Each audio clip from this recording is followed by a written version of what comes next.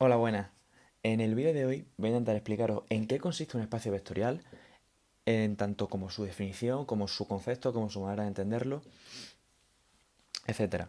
Así que lo primero que voy a dar es en la definición formal. En un espacio vectorial tenemos un subconjunto de él. Se va a decir que va a ser subespacio vectorial si cumple dos propiedades más o menos, aunque se pueden desglosar en más, que son la primera, F es un subgrupo de E con la suma. ¿Esto qué va a significar? Esto significa tres cosas. El cero pertenece, que es el neutro de E, ese tiene que pertenecer a nuestro subespacio, o subespacio vectorial, da igual como lo diga. Dado dos elementos que pertenezcan al subespacio, su suma tiene que pertenecer, y dado un elemento cualquiera, también tiene que pertenecer el opuesto de ese elemento al subespacio. Esa es la propiedad de que F sea subgrupo con la suma, y después necesitamos otra propiedad, que normalmente se dice que F sea cerrado por producto por escalares. Se puede decir así, que es lo mismo que escribir esto, que dado un elemento de multiplicarlo por cualquier lambda, esto estoy diciendo multiplícalo por cualquier lambda del cuerpo, uy, aquí esto está mal, aquí es K, multiplicarlo por cualquier lambda del cuerpo, sigo dentro del subespacio. Básicamente hay maneras de verlo. Se puede ver un subespacio vectorial como un espacio vectorial dentro de nuestro espacio vectorial, como un espacio vectorial más chiquitito que está contenido dentro. Esa es una manera de verlo. Otra manera de verlo es el subespacio vectorial es un conjunto dentro de nuestro espacio, el cual hacer las operaciones más importantes del espacio no me salgo de él. Es como no salirse de él. Si yo tengo dos elementos dentro de él, pues la suma, que es la propiedad más importante de los espacios vectoriales, sigo dentro de él, no me salgo. Igual pasa con lo el producto por escalares. El multiplicar por lambda tampoco me salgo de él. Vale, aquí hay varias propiedades que podemos quitar. Es decir, vamos a poder simplificarlo más.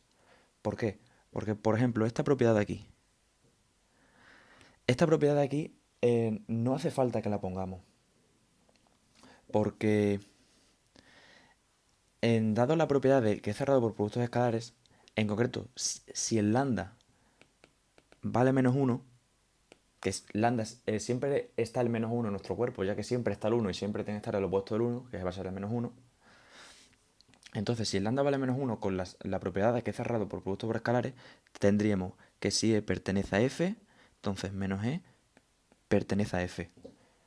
Por lo que es lo mismo que esta propiedad. Así que a la hora de comprobarlo, podemos omitirla. Comprobando la otra, comprobamos automáticamente esa.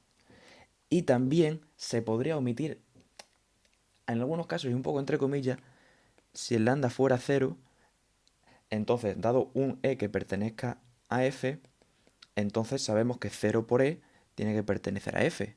Entonces cero pertenece a F.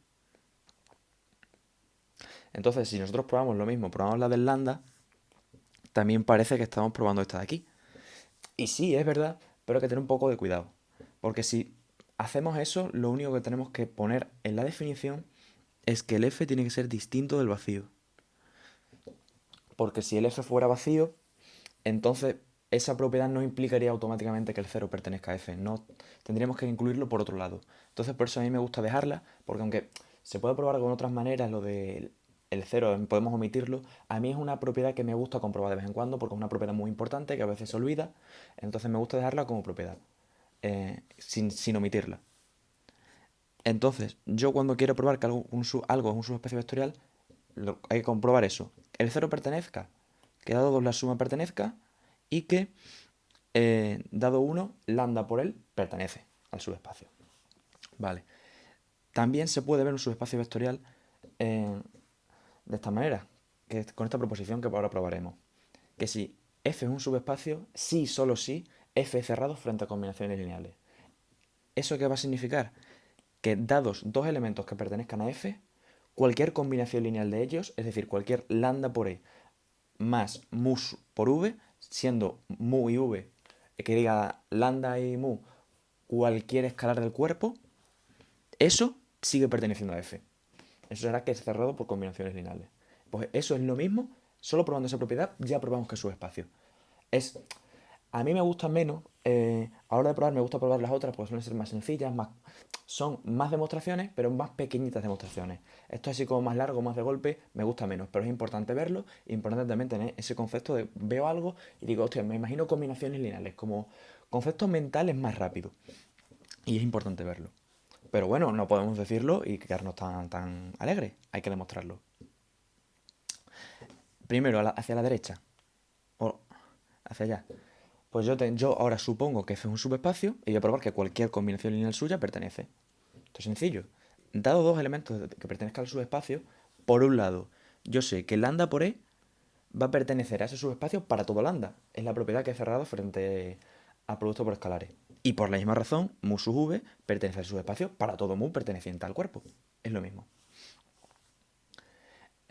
Y ahora yo sé que en un subespacio, si yo cojo dos elementos del subespacio y los sumo, sigo dentro del subespacio. Pues lo único que hago, este lo sumo con este y eso sigue dentro del subespacio. Y como he puesto para todo lambda y para todo mu, pues ya está, ya lo tengo. He cerrado frente a combinaciones lineales. Dado dos cualquiera, cualquier combinación lineal de ellos pertenece.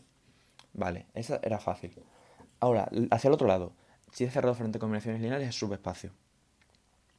Aquí lo que digo que asumimos, porque aquí pasa un poco lo mismo, tenemos que asumir que F es distinto del vacío. El vacío no es subespacio, porque digo tiene que establecer la fuerza, entonces hay aquí un pequeño lío. Bueno, entonces aquí, como asumimos que es distinto del vacío, yo puedo poner esto, dado un E perteneciente a F, uno cualquiera. ¿Por qué? Porque si distinto del vacío sé que hay uno. Y ahora mismo F no es subespacio, es lo que queremos probar. Sabemos que es cerrado frente a combinaciones lineales. Bueno, pues si he cerrado frente a combinaciones lineales, en concreto, E1 por E más menos 1 por E, esto es cuando ponemos lambda E más mu V, el lambda y el mu podemos dar los valores que nos dé la gana. Y el E y el V pueden ser el mismo. No hay nadie que me diga que no pueden ser el mismo. Entonces siempre pongo lambda igual a 1, mu igual a menos 1 y el V igual a E. Es lo que he hecho aquí. Entonces me queda que esto de aquí, yo sé que va a pertenecer a F porque es cerrado frente a combinaciones lineales. Pero eso que es, eso es el 0. Así que 0 pertenece a F. Lo primero que queremos probar. Bien. Ahora, dado 2, vamos a comprobar que su suma pertenece. Bueno, pues también es muy sencillo. Porque en este caso voy a coger el lambda y el mu igual a 1. Entonces, 1 por E más 1 por V es igual a pertenece a F. Pero que esto es E más V pertenece a F, la segunda propiedad que queremos probar. La última, que es cerrado, que va a ser que es cerrado por en producto por escalares. Pues, dado un elemento perteneciente a F, pues yo sé que lambda por E más 0 por E, o puede poner 0 por V, o 0 por 0, o cualquier cosa, pertenece a F. ¿Pero esto qué es? Esto es decir, esto es para. Además, esto es para todo lambda, porque. Entonces, de ahí simplemente sacamos que lambda por E pertenece a F para todo lambda, que era lo que queremos probar. Hemos probado las tres propiedades de subespacio partiendo de que era cerrado por combinaciones lineales. Bueno, y esto es todo por este vídeo. En el siguiente intentaré poner varios ejemplos de subespacios e intentar verlo de una manera más tangible los subespacios. Hasta la próxima.